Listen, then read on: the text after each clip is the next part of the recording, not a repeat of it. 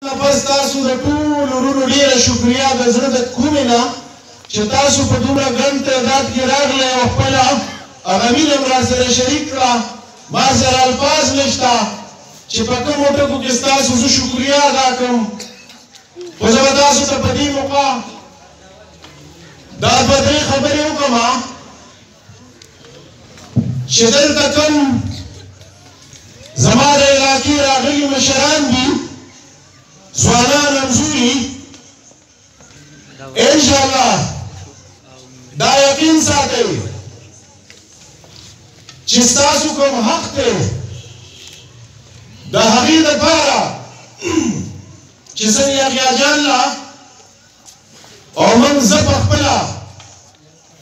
راپاڅېدلي نو انشاءالله دا یقین ساتئ چې ستاسو د حق تپوس په هر ځای کوو. انشاءالله تاسو پوښتنو نه به راپاڅو. دا الیکشن چې کوم دی ورونو، دا ټیکټ، دا هر یو څیز، دا خوشحالي، دا هر څه ستاسو دي. کوم ټیکټ چې یحیی جان راته میلاو دی دا ستاسو دی،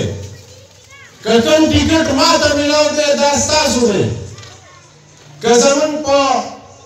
کیسان کوم ټیکټ میلاو دی هغه هم ستاسو دی. دا خوشحالي، دا هر یو څیز دا ستاسو دی. ورونو ډېر غټ سیاسي بحث پر سره مشران کوي، خو زه درته په دې موقع باندې یو دوه درې خبرې مخې ته ږدم چې دا دلته کې زمونږ د جناب افطار احمد خان شیرپاو، د جناب سکندر حیات خان شیرپاو قربانۍ کم کارونه هغه که زه تاسو ته بیانوم نو یقین وکړئ چې تاسو به بور شئ، خو زه به ستړی د هغې په وینا شم، خو هغه کارونه به ختم نه شي، ځکه چې هغې زمونږ د علاقې نه او خاص کر زمونږ د هوارو او د زیم خلکو ته کوم په پرخ کتلي دي او کوم نظر کوي نو هغه د چا نه پټ نه دي. که دلته کې هغې دوه پیرې کوم اقتدار کې راغلي وزیر اعلی پاتې شوی، په کوم اوږدو پاتې شوی، یو تقریبا 19 میاشتې و بل څه 15 میاشتې و،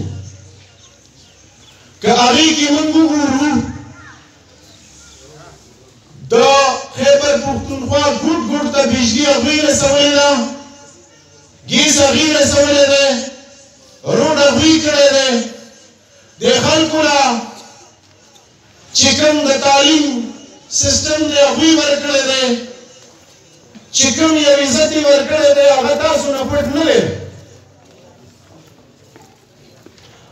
بیا هم موږ خلکو ځینې غلطۍ کړې وي چې د خلکو په وعدو دوکه شوي او هغه وخت تیر شوی الیکشن و. په هغه تیر شوي الیکشن کې به خلکو ډېرې غټې دعوې کولې چې موږ به دې خلکو له 1 کروڑ نوکرۍ ورکوو، د کورونو دعوې کړې وې، هر څه یې کړي. هغه وعدې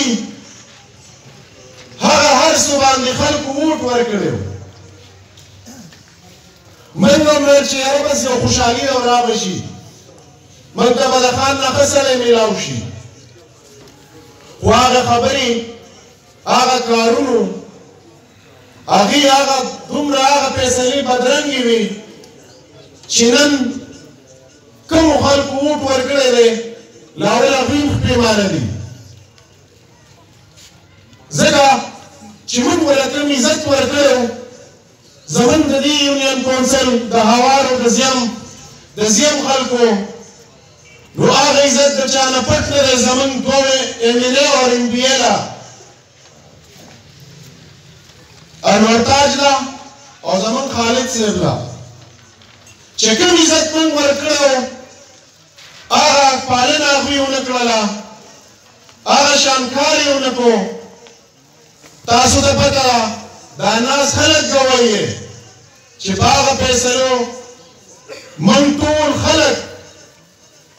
خفه دي هر سړي سره احساس شته هغوی مو MNA او MPA د دوی MNA او MPA دی نن تاسو وګورئ چې کوم حالات روان دي د مهنګۍ یقین وکړئ حقیقت وینا به کوو چې دوی هغه نوملیک پسې خبرې کوي وایي چې یاره دا ډاکوان دي دا دي هغه دي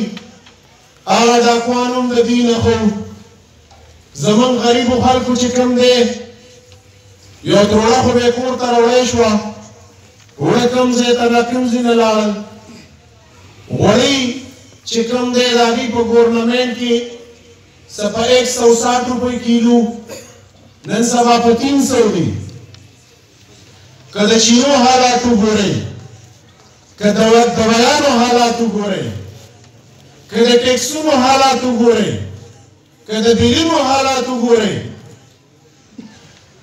کوم وعدې چې دوی کړې وې چې تاسو ټول خلک په هغې نظر واچوئ زه وایم د دې ټولو نه د هغه غلو د نونلیک ګورنمنټ ځکه خو چې یو غریب سړي خو به پکې روغه تروړه کور ته وړی شوه